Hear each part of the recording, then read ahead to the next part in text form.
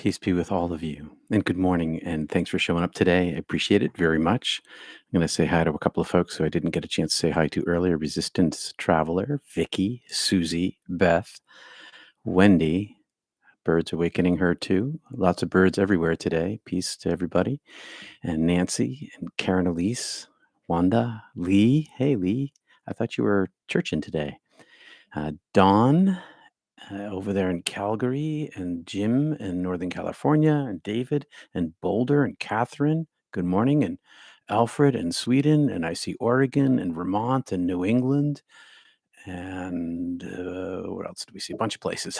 I'll bang the bell around.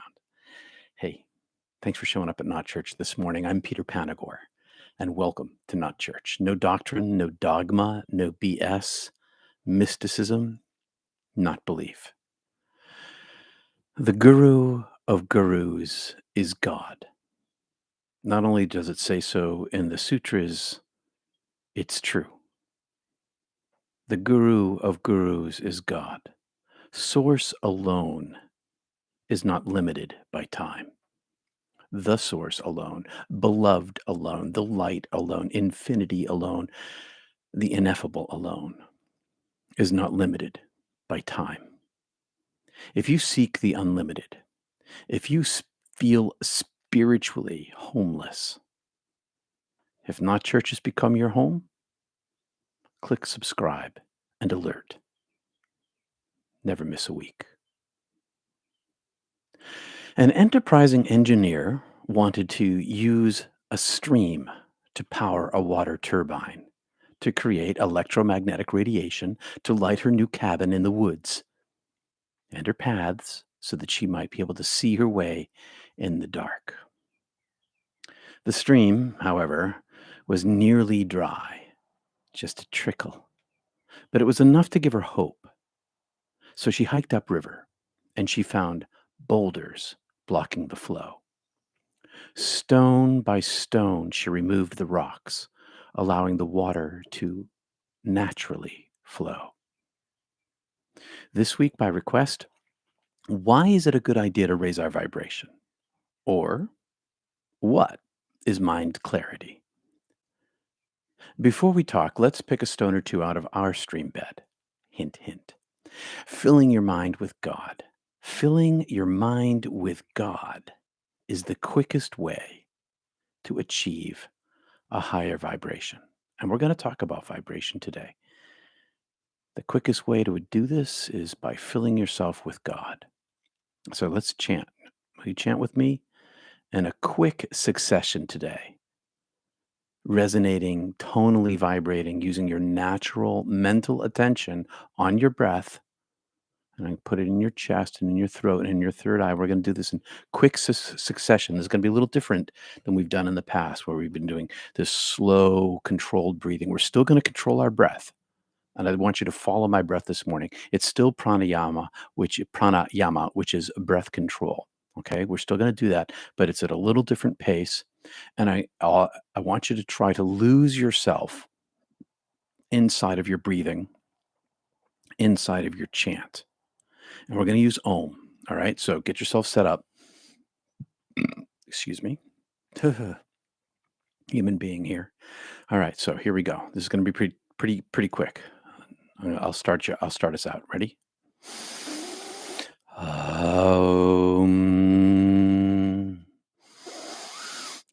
Om.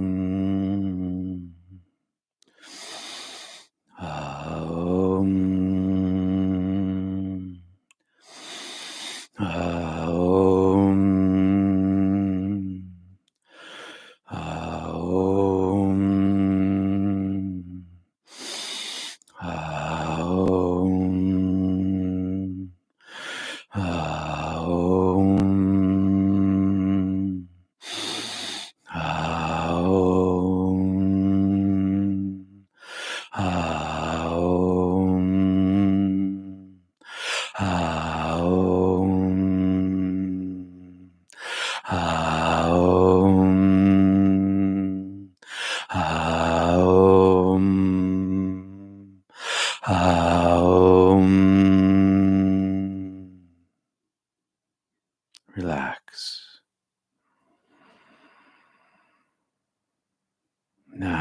with your belly settle into your prana that you raise through your Om.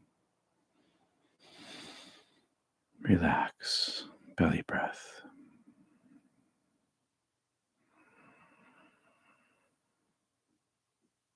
Bring your breath to your third eye, across your crown, down your back, to your root. Pause. Back up your spine, across your crown, into your third eye. Pause. Repeat.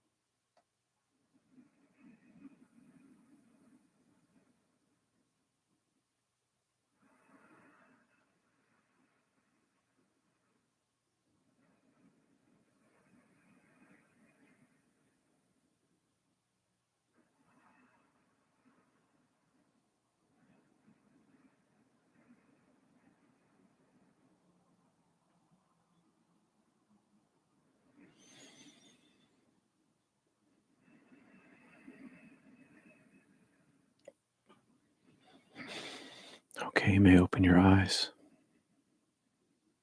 Pranayama is breath control. We attach it to our minds. We control our breathing. And in controlling our breathing, we control our minds. We level the boulders. We lever the boulders. Roll the rocks. Pick the stones. Rake away the pebbles. Cleaning and smoothing our inner water course so the water flows freely, filling us up to overflowing. So the water flows freely, turning our turbine, raising our vibration. That's how it works.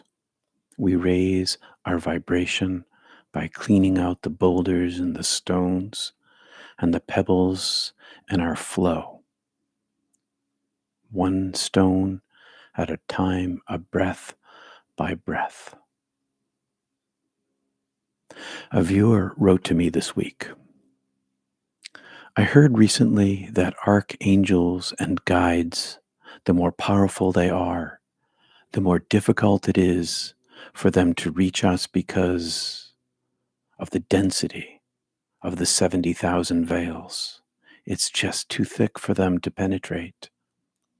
When we raise our vibrational level, we make it easier for them to communicate with us. And yes, thank you for that wisdom. When we raise our vibration, we make it easier for them. The 70,000 veils, or 70,000 boulders, stones, pebbles, and rocks that jam our flow between heaven and our hearts. And you may raise your fist in rage if you wish. Why are there 70,000 stones? Why are there 70,000 veils? As for me, I'd rather apply my mind to the removal of the stones. And what's the process?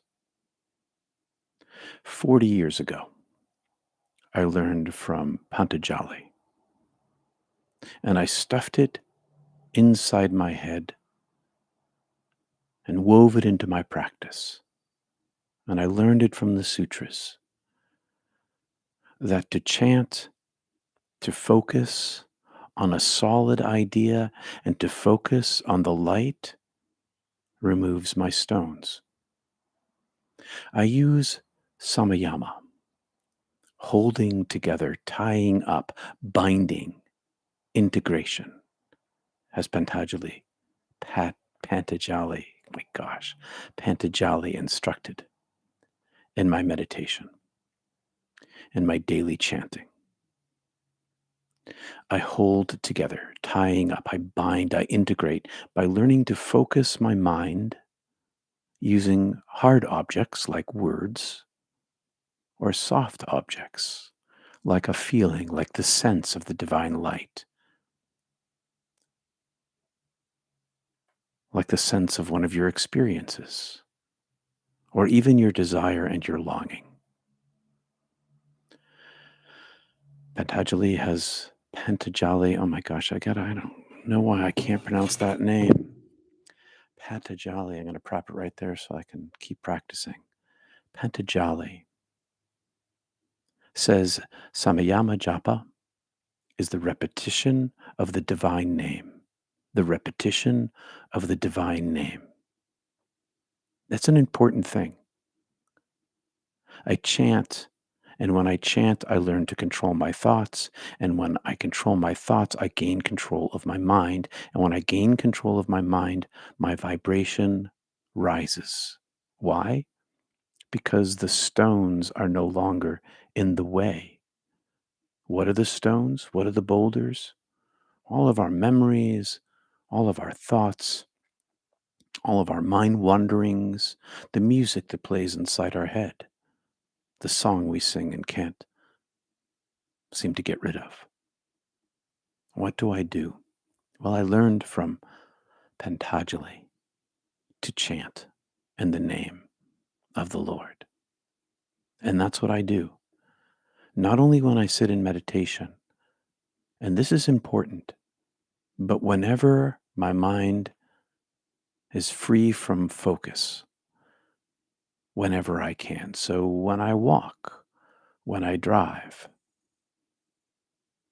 when I cook, when I clean, I chant my prayer. Lord Jesus Christ, Son of God, have mercy on me, a sinner. Again and again and again. And this matters. We take the mind and the breath and we apply them to a hard thing, language, to words.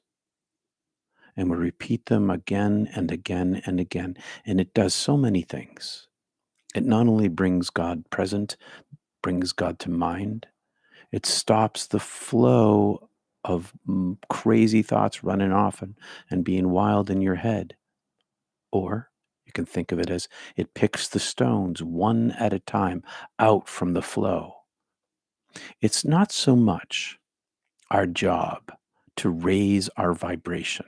That's not our job. Our job is to remove what's in the way of our vibration that is already high. It's already raised. The problem is the 70,000 veils. The problem is the 70,000 rocks.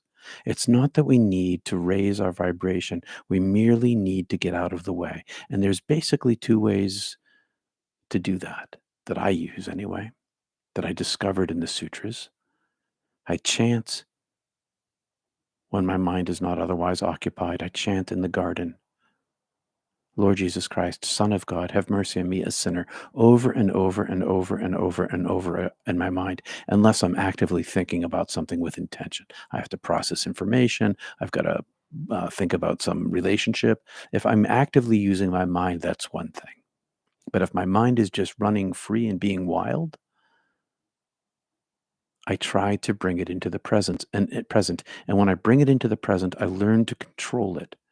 I learn to control my thoughts. And by learning to control my thoughts, I control myself. And when I control myself, my thoughts disappear. They go away. And the flow, the natural high vibration of the energy of the divine flows naturally like a living river inside. And I've been doing this for 40 years. I know that this works. This works not because Patanjali says so, but because it works. Yes, he's the one I learned it from. And he was right. You can use your mind in your daily chant. I run it in, like I've told you this in the past. What really astounded me, I run it like a tape loop in the back of my head over and over and over again. And the wild thing about this is that I've practiced it for years and years and years now. And it turns out that he was right. It really does remove the stones and the rocks and the pebbles. Yeah, I am encouraging you to try this. Pick a chant, and not only do you use it in your meditation, but you repeat it in your head when you have nothing else to do. You're in the shower, you're cooking dinner. You know, in the Psalms it says, but their delight is in the law or the love of the Lord, because the law is love. So I'm going to read it this way. But their delight is in the love of the Lord, and on the Lord's love or light they meditate day and night. They are like trees planted by streams of water, which yield their fruit in its season, and their leaves do not wither. They prosper. When you meditate on the name of the divine, day and night, you prosper. Your fruit grows. Your fruit grows because your roots are tapped into the river of life. Also, you can do the same thing, this samayama, in your practice of your meditation. When you follow your breath, only you aim at the bliss and the peace and the light that's inside you. Use your word to focus on, use your prayer chant to focus on the light inside you, as opposed to just chanting in your daily life. I know that how crazy this sounds, that you would spend so much time of your life chanting inside your head in your daily life. But I swear to you, it works. It works. 3,000 years of history, and it still works. By samayama on the light within, the knowledge of the subtle, hidden, and remote is obtained, says Patanjali. By samayama, by meditation, by focus on the light within, the knowledge of the subtle, hidden, and remote is obtained. That's the higher frequency. All of this is about the higher frequency. It's all about learning to resonate. And it's not about trying to vibrate yourself. It's about removing the obstacles that are in the way of your natural vibration. And I'm trying to give you two techniques today: meditation and chanting during your daily life when you're not meditating. I chant a lot when I drive. Shut off the radio. I just chant inside my head over and over and over again. I'm training my brain. It's brain training. I fill my mind with thoughts of the divine, and it removes all sorts of bad thoughts, like the interaction I had the other day with somebody who wanted to tow my car. Um, I wasn't upset, but he was. I moved my car. But afterwards, I was like, wow, he could have towed my car. And then instead of dwelling on that, I just began chanting as I drove, chanting over and over and over again. And I removed all of my bad feelings. I removed all of my harmful thoughts, the thoughts that were harming me in my chant. And I became much lighter, lighter in spirit, lighter in mind. Use the same technique in meditation, the mental focus. Only in your meditation, as you're chanting, as you're practicing your meditation, you aim your heart at the bliss. You aim your heart at the remembrance of the light, of the experience that maybe you had once. We raise our vibration. We pick our stones away, one at a time, thought by thought, breath by breath. And it's the quickest way to the divine. It's the quickest path to clear the way, to clear yourself along the narrow path. It's the quickest way. to let the water of life flow. Jesus said, from his innermost being will flow rivers of living water. Do you want the living water to flow inside you?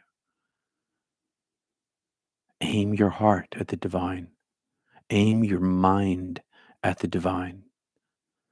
This will provide not only water to give you to slack your thirst, it'll provide radiance to water the world around you.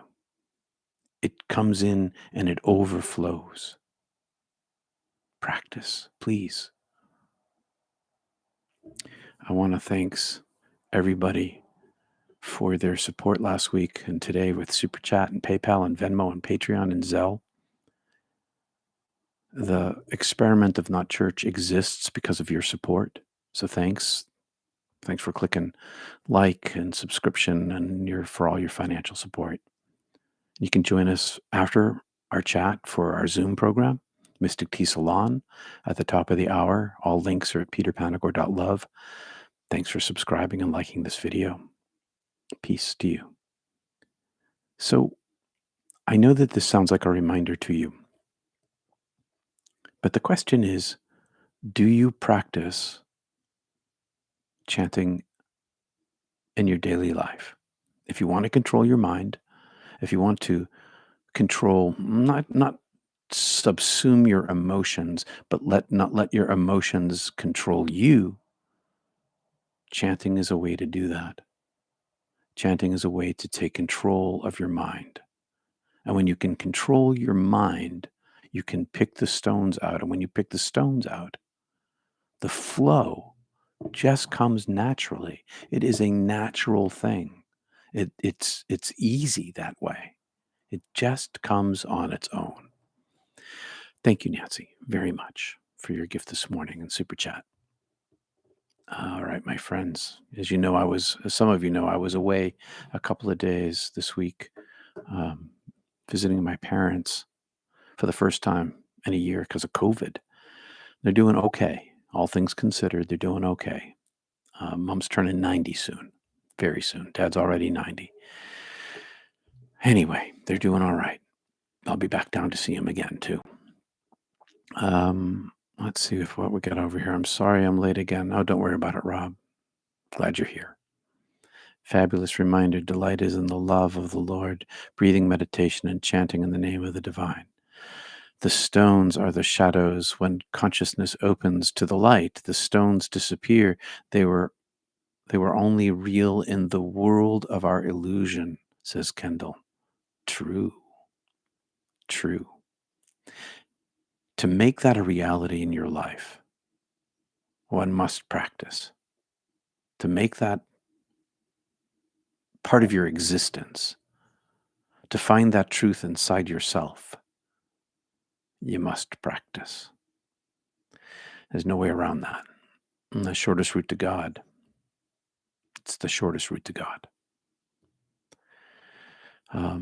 Funny thing, I don't chant a mantra as you've done, but I count backwards from 30 very slowly. It works well. Lee, that works too. As long as you aims your heart at the divine and at the same time, but counting backwards from 30 is another way of controlling your mind.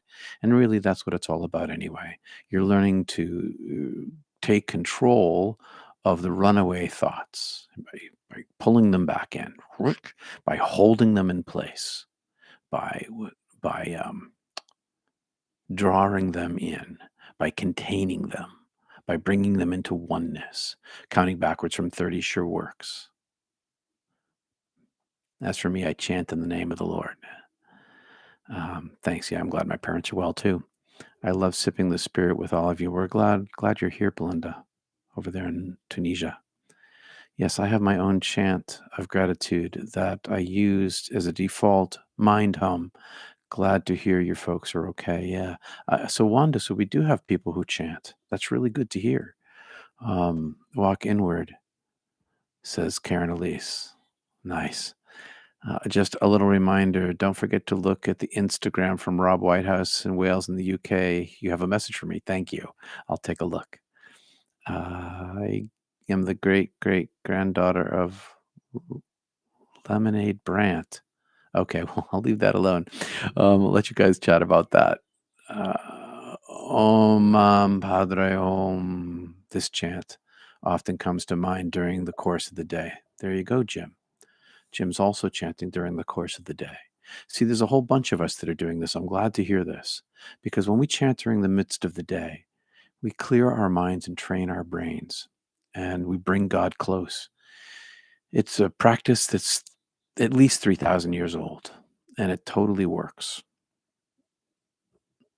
What would have been your life without my NDE? Different character or personality? Yeah, for sure. I would have been a different person. I was a different person. Part of my personality and part of my character would have probably remained the same. But I can't tell you what parts because I don't really know because I'm on the path I'm on. But I'm still, although I came back a different person, I also have always been on this path. I started out my life on this path. And by the time I had my NDE, I had already had numerous out of body mystical experiences. And so I was pursuing this route. It probably would not have been so intense had I not died. It probably would have still been there. I probably would have still been meditating, but just I would have had a less intensity, I think. But I definitely would not have been in clergy. That's for sure. I would not have gone to divinity school. I would be doing something completely different for my living, and I'd be living a very different life. So, yeah, I would be different. That's for sure. Um, Peace and love from Belinda. I'm so glad your parents are safe and fine. They are. God bless them. Thanks, Rob. I'm going to try chanting now to quiet my mind chatter. Thank you. Good suggestion. It's from Patanjali.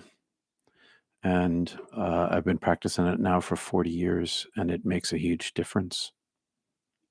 It makes all the difference. hmm So that's today's little thing about how to raise your vibration level is by picking out the stones in the way. Another way Patanjali talks about it, or Swami Siktananda talks about it, is that there's one thick veil and meditation, samayama, breath, focus, uh, pulls one thread at a time out of the veil, thread after thread after thread. That's another way to think about it. It works. Practice it. It works. Hey there from North Texas, Starlight Love. Well, my friends, that's kind of all I've got to bring up this morning. You got something else you want to chat about? How do we spell that name to look it up? Patanjali? Patanjali, or samayama is Samayama, I think. Samayama. I think that's how it's spelled. I wondered that focusing on mystical experience would be faking it or misusing the experience. Ask Kristen. No, it's just the opposite. You focus on your mystical experience, it's a doorway into heaven. It's just the opposite. You're not faking it, you're remembering it. It's a remembrance practice too. There's a lot of subtleties to this. There's a lot of different components to it. The basic thing is chanting, right? Breath and mind focus, but there are subtleties to it. So if you have had a mystical experience, you can use that feeling in your chants, either in your meditation or in your daily chant when you're just, going about your daily life and you're chanting as you go. Thank you, Catherine, very much for that super chat. Appreciate it. I like that visual pulling out the threads one by one to unwind the veil, breath by breath, thought by thought. That's the way it works. Because, I know that I talk about the same stuff all the time. I talk about the mind and I talk about the breath and I talk about the practice because they are the tools that we have that make this possible. And when that living water flows inside us, it spills out into everything on its own. And there's no need to try to pursue any sort of mystical objects, any sort of gifts of the divine. You don't have to pursue the fruit that's on the trees by the river of life. You just have to drink the water from the river of life. You just have to stick your roots in it. You just have to have your turbine in it. The gifts will come on their own. The fruit will grow on its own. Don't worry about that. Out-of-body experiences, mystical experiences, whatever other sort of occulty sort of mystical thing that you're looking for, those are fine. They're okay, but they're not the thing itself. They can ultimately be distractions. That's why we aim at the water itself. Thank you, Starlight. Thank you very much. I appreciate that. Thinking about the veils. Yes, cool. So much seems to be about the simplicity of things. Nicola, it's so freaking simple. It is not complicated. That is the crazy thing about it. It's not complicated at all. It's very simple. It's very simple. Our mind is in our way. Control your mind. Find God. Pick out the stones that are on the river that block on the path. Unweave the veil. Pull off the layer, veil by veil, however you want to put it. It's very simple. The complicated part of it is simply the practice. You have to practice it. And the more you pick out the stones out of the river, the more the vibration that is natural, that's waiting to flow down through you, your body, just comes on its own. That is the beauty of it. You just have to get out of the way. It's been that way forever. I'm not the first one, and I won't be the last. The mystical experiences become our personal springboard. Yes, exactly. Mystical experience you have, if you have a mystical experience or series of them, they become the springboard of your spirituality. It's where you can root yourself into and use them because they're gifts. Don't ignore them. Thank you. First time here. Good morning, Marla. Loved every word. Had an NDE in 73. Hey, NDE in 73. That's a while ago. I imagine it's impacted your life every day ever since. I'm glad you're here today. And I imagine that you're here today because of your NDE, just like you're in your pursuit of your spirituality for all these years because of that day. And also, I'm pretty sure that it never really ended because NDEs don't really have they continue to give. They continue to exist. They continue to be part of our lives, just like a mystical experience of any other kind, if you choose to look at it. NDEs have a sort of an extra juice to them. You can't help but think about some of them, like maybe not everybody that's true for, but most of us. But you can use the same thing in mystical experience. You can look at your mystical experience and have that be a doorway for you, just like your NDE. I love your question. And Peter, I love your answer. Thank you. Bringing yourself into the space to feel and be that higher vibration feels right. It feels really good today. It is all that there is, Ellen. It's so freaking simple. That's the crazy thing. And we make it so hard. That's why this is no doctrine and no dogma, because you don't even need those. You don't. Jim, I heard that Mahatma Gandhi used to chant Rama, as in Lord Rama, and that was the last word he spoke when he was assassinated. I bet that was woven into his mind, repeating on a tape loop, Rama. Yeah, I pick up phrase and repeat it. Use it to control your mind. So basically, I've got these three practices. I've got meditation, which is centering prayer, which is also a form of Kriya prayer. I've got my daily chant that I use all day long, a lot during the day. And I have my Hatha yoga practice where I use my body as my meditation. Now, admittedly, my Hatha program, my Hatha has been a little weak lately, mostly because of time constraints. But the techniques that I learned in the middle of that breathing and that focus on the body, I still use in all my other meditations. I still drive my chi. I move my prana. I raise my prana. I unleash my kundalini. However you want to talk about it. Anyway, where are we going here? Here, hey Margie. Music or chanting is the language of the universe. Yes. Yes. And, there are NDEers and other mystical experiencers who've heard the choir of angels. It's, that's the biblical Christmas story and the choir of angels singing Alleluia. But also, I've heard the cosmic music in a mystical experience. I became the vibration of sound. I am the vibrational sound. You are too. And language, there's a vibration in my throat as I talk. Air goes through my larynx and it creates a vibration. That's why you hear me. It's a vibration. My very voice is. We're in the process of rediscovering our passion, which is our first love. Yes. Who is, has, and always will be within. Yeah. The enjoy the ride. Enjoy the ride. Clever. And you'll learn to fly. You've always known how. You'll fly without trying. It will come just by practicing controlling your mind. The flying, you naturally will fly as a result. You don't even have to try. It just comes. Love that, Catherine H.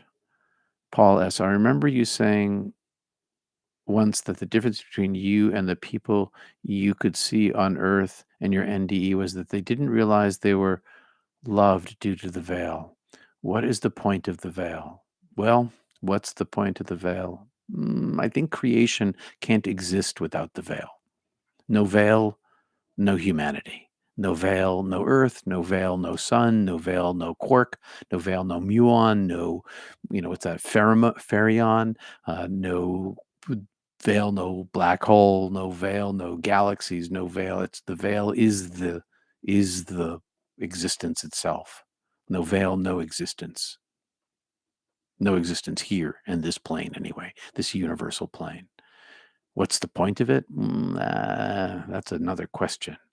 But without the veil, there's heaven. I had no veil in heaven. I was in heaven. I had a veil. I'm on earth. Remove the veil, completely remove the veil, and you're no longer here. What's the purpose? I guess I'll be able to answer that question next time I die and stay there. It's very above my pay grade. I can only tell you what I know. I no longer even ask why there's a veil because it doesn't help me. There is a veil and I want to pull back the veil. And so I focus on that part of the job. I strive my way back to heaven. Hi, Peter. Nick from South Africa. Hey, Nick in South Africa. What a global community we are today. New to your channel, welcome. Your testimony is awesome. Keep it up. Thanks, brother. Just trying to do my job, working for the boss, doing what I'm supposed to be doing the best I can in my human way.